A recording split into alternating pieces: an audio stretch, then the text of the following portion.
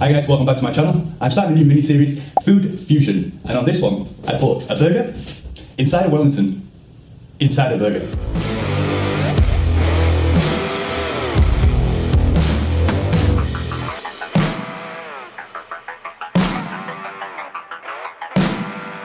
Right, so first we have to make the burger buns, and this recipe is incredibly soft. So, pour 300 grams of strong flour into a bowl, then add 30 grams of sugar, 7 grams of dry active yeast, a good pinch of salt, and mix that together.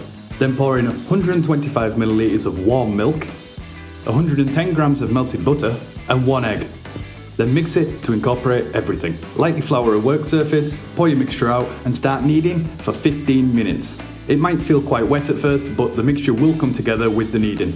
Then form it into a nice smooth ball and place it in a greased bowl, cover with a wet cloth and leave for 2 hours. After 2 hours you can see that it's doubled in size. Give it a punch, as always, and then just give it another small knead for 2 or 3 minutes. Cut it into 4 equal parts, then using the side of your hand, start to form perfectly shaped round balls. That was a pretty funny sentence, to be honest. Get a baking tray and place some parchment paper on. Give them a little pat on their head, tell them you love them, then tuck them into bed with a damp cloth for 30 more minutes. After 30 minutes, brush well with butter all the way around, try not to leave anywhere, and we're going to bake these at 180 degrees for 35 minutes, or until nice golden brown. Immediately after you remove them from the oven, brush them again with melted butter. Now onto the mushroom duxelle. Finally chop up 10 mushrooms. You can use a food processor for this, but I didn't have one, so I used a knife.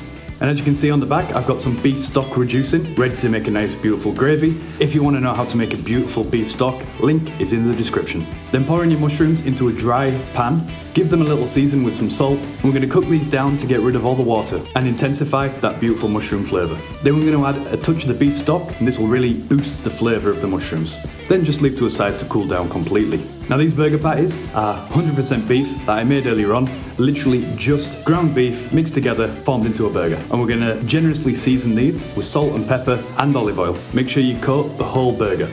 And then straight into a very hot frying pan. You just want to get some colour on, but we don't want to cook these through to the middle. Press it down slightly, but not too much to release all the juices, but just to get the colour on the edge of the burgers. We're literally going to cook them for 1 minute on each side. Then remove them, and while they're still hot, we're going to paint them with a generous amount of Dijon mustard. Then leave them to a side to cool down slightly. Roll out a good length of cling film, and first we're going to lay down some sliced chorizo. Make sure you lay enough to cover the whole burger. And then some sliced cheese. I use Gouda, but you can use basically whatever you want. And then just on one side, I laid on the mushroom duxelle, and then the burger. Then lifting up the cling film slowly, start to wrap the burger in the chorizo and the cheese. Make sure it's all packed quite tightly, get rid of all that air, and then twist the edges of the cling film so we can form a nice, compact burger patty. Take your time, because the more compact the burger patty is, the easier it will be for the Wellington. And then leave in the fridge to cool for a good 30 minutes. Then if you have a pretty awesome wife, she'll come bring you a beer, salute, and it's onto the puff pastry. I bought mine from the shop because it's so cheap, and to be honest, it works really, really well. So measure out the amount you want, make sure you leave it long enough so you can wrap around the full burger. Trim off the excess, and then just tuck it into bed again. And seal all the way around the edges with your finger, pressing into it, making sure that it's completely sealed. And don't forget to fold in the ends as well. And just to make it a little bit pretty, we're going to score it across the top with a knife. Then crack an egg, give it a whisk, and we're going to brush all over the Wellington with the egg wash. And then bake this at 200 for about 15 minutes, or until golden brown.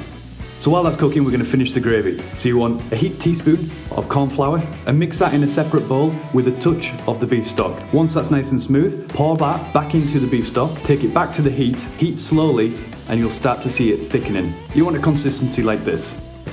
Then we're going to toast our buns, another great sentence, but we're going to do it in the grease that you've cooked the burgers in the frying pan. Place the centre down first so it soaks up all that grease and makes it nice and crispy, and then just finish it quickly by turning the buns and toasting the top. Now it's time to assemble everything, and just look at that beautiful Wellington.